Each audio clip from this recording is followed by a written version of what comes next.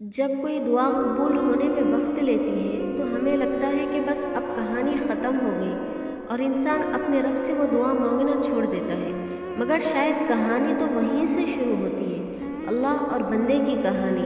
جب انسان بے بس و مجبور ہو کر اللہ سے اپنی دعاؤں کا نام نہیں لیتا بلکہ اللہ سے اپنے بیمار دل کو ٹھیک کرنے کی دوا مانگتا ہے، تبھی سے اللہ اور اس کے بندے کی کہانی شروع ہوتی ہے۔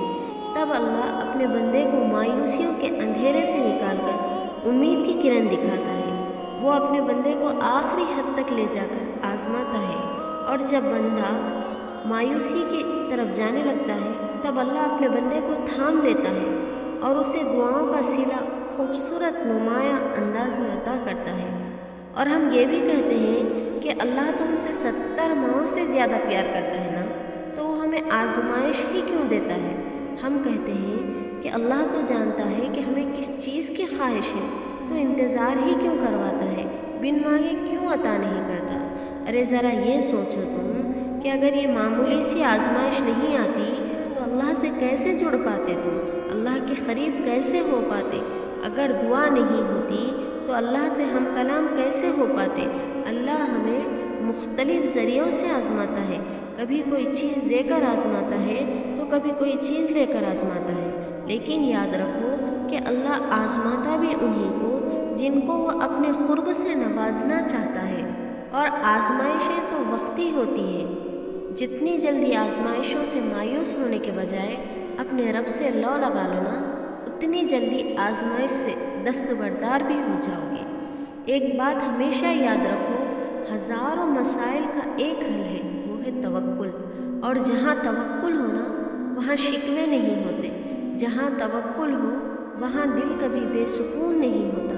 اگر پھر بھی تمہیں لگتا ہے کہ ہمت باقی نہیں ہے اب صبر کرنے کی، برداشت کرنے کی، تو جان لو وقت آزمائش یعنی کہ آزمائش کا وقت اب ختم ہونے کو ہے۔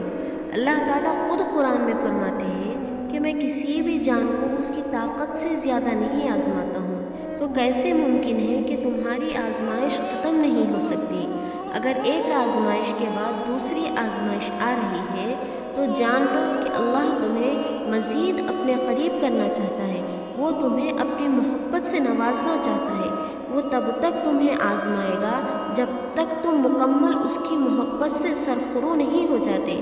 اگر اللہ نے تم کو آزمائش دی ہے تو اس کا مطلب یہ نہیں کہ اللہ تم سے ناراض ہے یا تم کو سزا دے رہا ہے۔ ارے آزمائش کا مطلب تو یہ ہے کہ اللہ نے تمہیں اپنی محبت کے لیے چن لیا ہے۔